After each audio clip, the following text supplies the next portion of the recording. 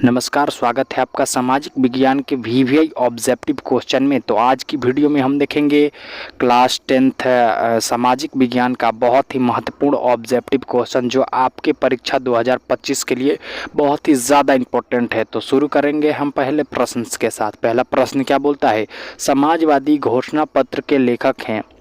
जल्दी से बताइए कि समाजवादी घोषणा पत्र के लेखक कौन है। ऑप्शन है लेनिन, बी ऑप्शन है मेजनी, सी ऑप्शन है कुवांग, डी ऑप्शन है कार्ल मार्क्स। तो जल्दी से मेरे दोस्तों बताइए कि समाजवादी घोषणा पत्र के लेखक कौन है। तो समाजवादी घोषणा पत्र के लेखक कार्ल मार्क्स हैं। तो मेरा डी ऑप्शन बिल्कुल सही हो जाएगा। आइए देखते हैं अगले प्रश्न को। अगला प्रश्न क्या बोलता है, एक्ट ऑफ यूनियन किस वर्ष पारित हुआ। आपको बताना है कि एक्ट ऑफ यूनियन किस वर्ष पारित हुआ। ए ऑप्शन है 1702 में, बी ऑप्शन है 1688 में, सी ऑप्शन है 1707 में, डी ऑप्शन है 1708 में। तो जल्दी से बताइए एक्ट ऑफ यूनियन किस वर्ष पारित हुआ। तो एक्ट ऑफ यूनियन आपको याद रख लेना है 1707 में पारित हुआ। तो हमारा सी ऑप्शन बिल्कुल सही हो जाएगा। ये देखते हैं अब अगले प्रश्न को। अगला प्रश्न क्या बोलता है, the history of loss Vietnam के लेखक हैं। जल्दी से बताइए कि the history of loss Vietnam के लेखक कौन है। ए ऑप्शन है मेजनी, बी ऑप्शन है फान बोई चाउ और सी ऑप्शन है लेलिन, डी ऑप्शन है गैरीबाल्डी। तो जल्दी से बताइए the history of loss Vietnam के लेखक हैं।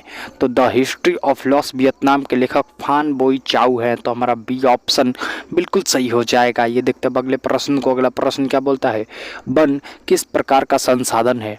जल्दी बताइए कि वन किस प्रकार का संसाधन है। ऑप्शन है राष्ट्रीय, बी ऑप्शन है नवीनकरणीय, सी ऑप्शन है ए और बी दोनों और डी ऑप्शन है इनमें से कोई नहीं। तो जल्दी से बताइए मेरे दोस्त कि वन किस प्रकार का संसाधन है। तो वन भैया राष्ट्रीय और नवीनकरणीय दोनों प्रकार का संसाधन है। तो हमारा ऑप्शन नंबर सी ए और बी दोनों होगा। तो हमारा सी ऑप्शन बिल्कुल सही हो जाएगा। ये देखते हैं अब अगले प्रश्न को। अगला प्रश्न क्या बोलता है, इनमें कौन भारत की पेय फसल है जिसे पिया जाता है। ए ऑप्शन है गेहूं, बी ऑप्शन है मक्का, सी ऑप्शन है चावल, डी ऑप्शन है कॉफ़ी। तो आपको बताना है कि इनमें कौन भारत की पेय फसल है। तो जो हमारा कॉफ़ी होता है ना वो एक पेय फसल होता है।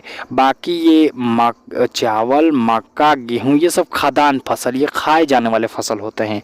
तो ये देखते हैं अब अगले प्रश्न को। अगला प्रश्न क्या बोलता है, लीजिए अब आपसे पूछ दिया कि इनमें कौन खाद्यान्न फसल है जिसे खाया जाता है। तो ए ऑप्शन है चाय, बी ऑप्शन है जूट, सी ऑप्शन है चावल, डी ऑप्शन है कॉफ़ी। तो जल्दी से बताइए इनमें कौन खाद्यान्न फसल है। तो जो हमारा चावल है ना ये एक खाद्यान्न फसल है, इसे खाया जाता है। तो हमारा सी ऑप्शन बिल्कुल सही हो जाएगा। ये देखते हैं अगले प्रश्न को। अगला प्रश्न क्या बोलता है, भारत की वित्तीय राजधानी कौन है। जल्दी से बताइए कि भारत की वित्तीय राजधानी कौन है। ऑप्शन है दिल्ली, बी ऑप्शन है मुंबई, सी ऑप्शन है पटना, डी ऑप्शन है भोपाल।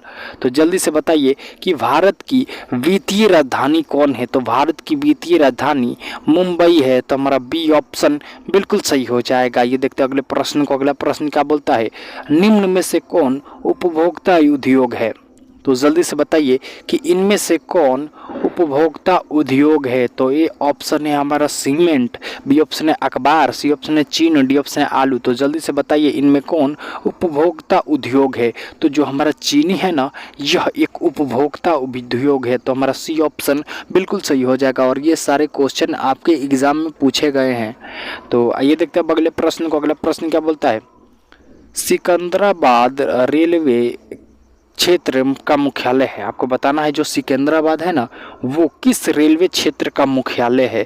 ए ऑप्शन है पूर्व मध्य, बी ऑप्शन है पश्चिम मध्य, सी ऑप्शन है उत्तर मध्य, डी ऑप्शन है दक्षिण मध्य। तो जल्दी से बताइए सिकंदराबाद किस रेलवे क्षेत्र का मुख्यालय है। तो भैया दक्षिण मध्य रेलवे क्षेत्र का मुख्यालय है। तो मेरा डी ऑप्शन बिल्कुल सही हो जाएगा। ये देखते हैं अगले प्रश्न को। अगला प्रश्न क्या बोलता है, भारत की सबसे ऊंची सड़क है।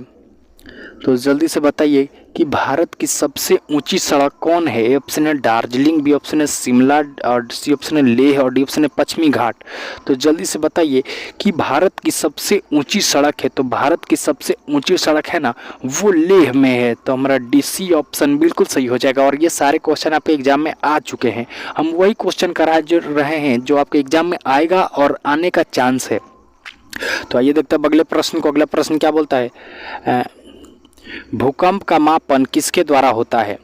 जल्दी से बताइए, जो भूकंप आता है ना तो उसको मेजर करने के लिए कौन से यंत्र का उपयोग किया जाता है? ऑप्शन है थर्मामीटर, बी ऑप्शन है वोल्टमीटर, सी ऑप्शन है माइक्रोस्कोप, डी ऑप्शन है रिक्टर स्केल। तो जल्दी से बताइए, भूकंप का मापन किसके द्वारा होता है? तो भूकंप का मापन आपको याद रख लेना है, रिक्टर स्केल के द्वारा होता है। तो हमारा डी ऑप्शन बिल्कुल सही हो जाएगा। ये देखते हैं अगले प्रश्न को। अगला प्रश्न क्या बोलता है? जल किस प्रकार का संसाधन है? जल्दी बताइए कि जल किस प्रकार का संसाधन है? ऑप्शन है नवीनकरणीय, बी ऑप्शन है अनवीनकरणीय, सी ऑप्शन है चक्रीय संसाधन, डी ऑप्शन है इनमें से कोई नहीं। तो आपको बताना है कि जल किस प्रकार का संसाधन है। तो आपको जानना चाहिए कि जल एक चक्रीय संसाधन है। देखिए कैसे, जल पृथ्वी से अगर कल से हम बाहर निकालेंगे, उसको गिरा देंगे तो फिर पृथ्वी के भीतर ही चल जाएगा, मतलब ज़मीन के भीतर चला जाएगा, फिर ज़मीन से हम बाहर कर देंगे।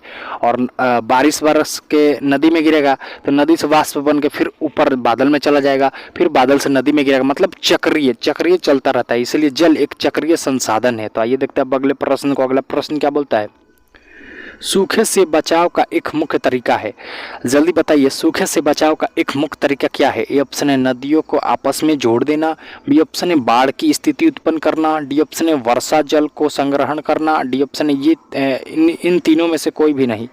तो बताइए, आपको बताना है सूखे से बचाव का एक मुख्य तरीका है। तो भैया वर्षा जल संग्रहण करना, ये सूखे से बचाव का एक मुख्य तरीका है। तो हमारा सी ऑप्शन बिल्कुल सही हो जाएगा। ये देखते हैं अगले प्रश्न को। अगला प्रश्न क्या बोलता है? भारत में राष्ट्रीय उपभोक्ता दिवस कब मनाया जाता है? जल्दी से बताइए कि भारत में राष्ट्रीय उपभोक्ता दिवस कब मनाया जाता है? ए ऑप्शन है 20 दिसंबर को, बी ऑप्शन है 21 दिसंबर को, सी ऑप्शन है 22 दिसंबर को, डी ऑप्शन है 24 दिसंबर को। तो आपको बताना है कि भारत में राष्ट्रीय उपभोक्ता दिवस कब मनाया जाता है। तो भारत में राष्ट्रीय उपभोक्ता दिवस 24 दिसंबर को मनाया जाता है। तो हमारा डी ऑप्शन बिल्कुल सही हो जाएगा। ये देखते हैं टी लैंप का आविष्कार किसने किया? आपकी परीक्षा के लिए बहुत ही ज़्यादा इंपॉर्टेंट क्वेश्चन है। आपको बताना है कि सेफ्टी लैंप का आविष्कार किसने किया? ए ऑप्शन है जॉन के ने, बी ऑप्शन है जेम्स वाट ने, सी ऑप्शन है हेम्फ्री डेवी ने, डी ऑप्शन है माइकल क्लार्क ने। तो जल्दी से मेरे दोस्त बताइए कि सेफ्टी लैंप का आविष्कार किसने किया? तो सेफ्टी लैंप का आविष्कार हेम्फ्री डेवी ने किया। तो हमारा सी ऑप्शन बिल्कुल सही हो जाएगा। ये देखते हैं अगले प्रश्न को। अगला प्रश्न क्या बोलता है? मुद्रा का प्राथमिक कार्य कौन सा है? जल्दी बताइए, मुद्रा का प्राथमिक कार्य कौन सा है? तो मुद्रा का प्राथमिक कार्य भैया विनिमय का माध्यम है। तो हमारा ये ऑप्शन बिल्कुल सही हो जाएगा। ये भी आपके एग्जाम में पूछा गया क्वेश्चन है। तो आइए देखते हैं अगले प्रश्न को। अगला प्रश्न क्या बोलता है? गुटेनबर्ग का जन्म किस देश में हुआ था? जल्दी से बताइए, जो गुटेनबर्ग था ना उसका जन्म किस देश में हुआ था? ए ऑप्शन है अमेरिका में, बी ऑप्शन है जर्मनी में, सी ऑप्शन है रूस में, डी ऑप्शन है मलेशिया में। तो आपको बताना है मेरे दोस्त कि गुटेनबर्ग का जन्म किस देश में हुआ था। तो गुटेनबर्ग का जन्म आपको याद रख लेना है, जर्मनी में हुआ था। तो हमारा बी ऑप्शन बिल्कुल ही सही हो जाएगा। ये देखते हैं अगले प्रश्न को। अगला प्रश्न क्या बोलता है? खारे जल का सबसे बड़ी झील है। आपको बताना है जो खारा जल है ना उसका सबसे बड़ा झील कहाँ है? ऑप्शन है मृत सागर में, बी ऑप्शन है कांवर, सी ऑप्शन है कैप्सियन, डी ऑप्शन है इनमें से कोई नहीं। तो आपको बताना है खारे जल की सबसे बड़ी झील है। तो भैया जो कैप्सियन है ना वो खारे जल की सबसे बड़ी झील है। तो हमारा सी ऑप्शन बिल्कुल सही हो जाएगा। ये देखते हैं अगले प्रश्न को। अगला प्रश्न क्या बोलता है?